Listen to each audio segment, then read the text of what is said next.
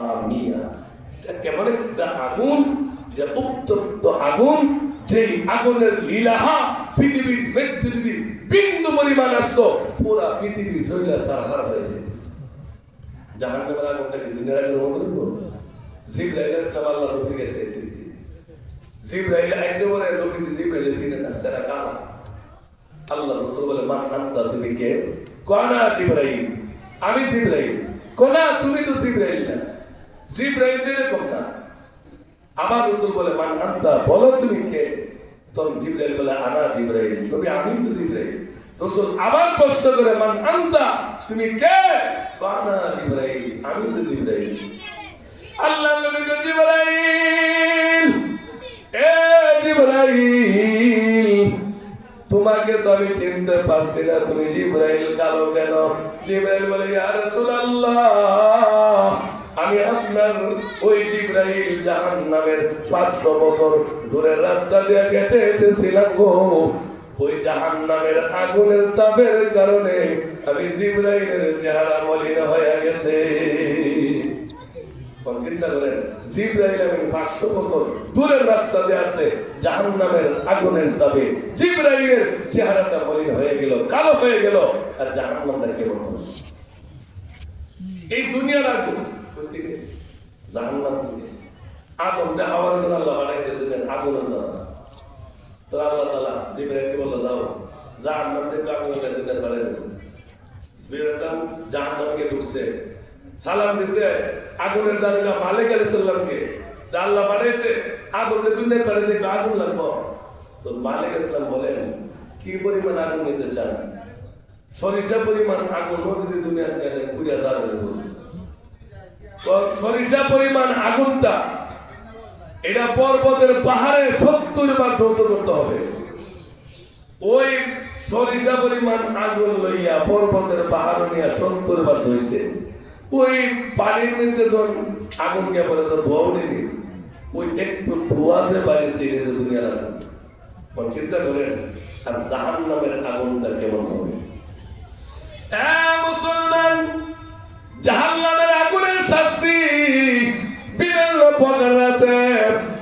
আল্লাহর নবী যখন মেরাজে গেছিল, আমার নবী জান্নাত পরিদর্শন করছে, জাহান্নাম পরিদর্শন করছে। আমার নবী জাহান্নামে গিয়া দেখে, তোমার তো ওয়াজ আগে বেশি জানি, তোমার তো ওয়াজ আমার কাছে বেশি আছে। বড় বড় সাহাবাদের রাগ হয়েছে, কি আশ্চর্য ব্যাপার। এমনি হয়তো খালি কে মাসাই দাম করে এরপর মন দিছে, ঠিকই বলছি। তো হযরত ওমর বলতেছেন, কিছুদিন আগে সে আমার ছেলে বলছে যে গোলামের বাচ্চা গোলাম। তখন নবীজি তারা রেখে দিয়েছে হুসাইন, নিয়ে নবীর কাছে বসছে। রাসূল বলেন, হুসাইন তোমার মনটা বেজার গেল, আপনার সাহাবী আমার উপর ধমক শুরু করছে।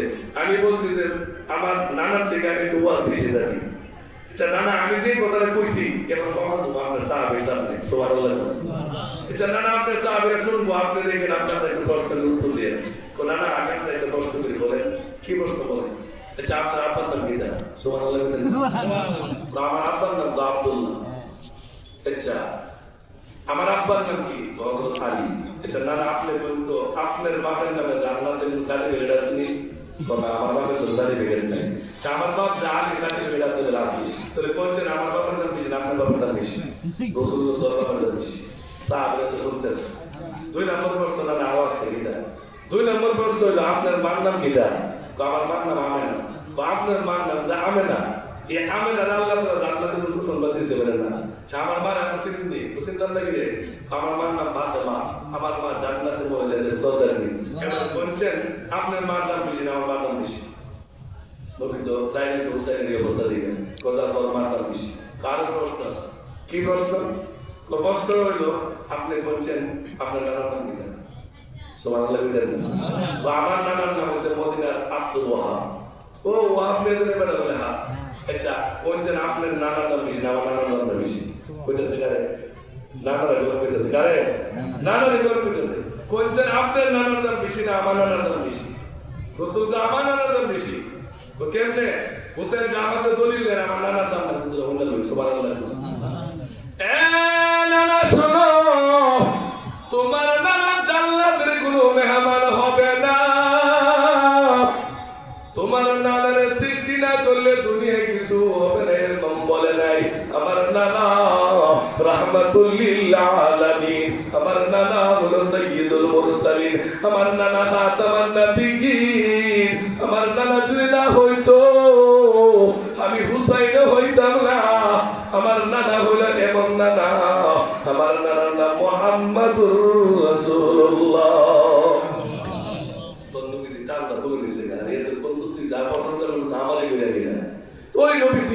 বলতেছিলাম জিন্দেগিতে 3টা হাসি দিয়েছিলেন, 3 নম্বর কারণ ছিল হুসাইন। সুবহানাল্লাহ। এবার আসুন, আমি বলতেছিলাম জিবরাইল আলাইহিস সালাম মদিনাতে যাইয়া নবীরে পোশাক দিবে, নবী পোশাক করবে, তারপরে কিয়ামতের ময়দান কায়েম হয়ে যাবে। সুবহানাল্লাহ।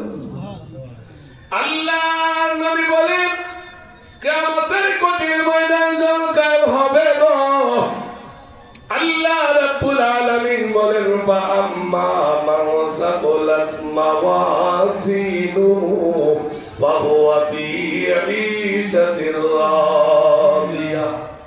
ওই দিন মানুষের কর্মের হিসাব নেওয়া তোলা হবে মিজানের পাল্লায়। সুবহানাল্লাহ। যার নেকের পাল্লা ভারী হবে সে জান্নাতি হয়ে যাবে। সুবহানাল্লাহ। আল্লাহ নবী বলেন আয়েশা রে, কিয়ামতের কঠিন ময়দানে আম্মা জান আয়েশা একদিন তাসবিহ পড়তেছে, আল্লাহর জিকির করতেছে। আর কো তাসবিহে তুই কত ভাগ্যবান, তুই গাছ আসলে তোরে কাঠ বানাইছে, তোর তো হিসাব নাই। তোরে দিয়া আল্লাহর নবীও হাতে নিয়ে জিকির করে, আমিও আল্লাহর জিকির করি। তাসবিহ তোর ভাগ্যবান। এমনি আল্লাহর নবী আয়েশা সিদ্দিকের কাছে হাজির হয়ে গেল। ডাকতে বলে আয়েশা গো, কি হয়েছে গো আয়েশা? আয়েশা ডাক্তার নবী, আমার বড় ভয় লাগে কবরে। নবী গো, আপনি যে দুনিয়াতে আমাদের খবর নেন, হাসরের ময়দানে কি আপনি আমার খবর নেবেন নি? আল্লাহ নবী গো আয়েশা, 3টা জায়গায় তোমার খবর আমি নবী নিতে পারবো না। সুবহানাল্লাহ। ও আয়েশা, 3টা জায়গায় কেউ কারো খবর নেবে না। 3টা জায়গা হবে আমার উম্মতের জন্য বড় ভয়ঙ্কর জায়গা। আয়েশা কান্দার বলে নবী, এই 3টা জায়গা কি গো, আমার একটু জানেন না? আল্লাহ নবী কয় আয়েশা, ও আয়েশা, কিয়ামতের মাঠটা কায়েম হবে গো, মিজানের পাল্লাটা আমার উম্মতের সামনে ভাবে ধরে রাখবো।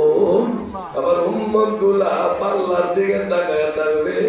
ওই দিন টান দিবে, চিন্তা করবে, হায়রে আমার গুনার পাল্লা দিয়ে বাড়ি হইয়া যা। এক দুন্দে তাকায় থাকবে গো, এটা হলো আমার উম্মতের 1 নম্বর বিপদের সময়। ও আয়েশা, 2 নম্বর আমল নামা টান দেওয়ার পরে আল্লাহ বলবে হাত বাড়াও, রেজাল্ট লইয়া যাও।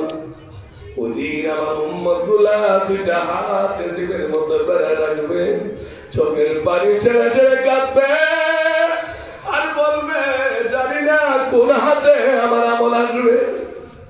ও আয়েশা, যার আমল ভালো হবে গো, ডান হাতে দিয়ে জান্নাতে পৌঁছে দিবে।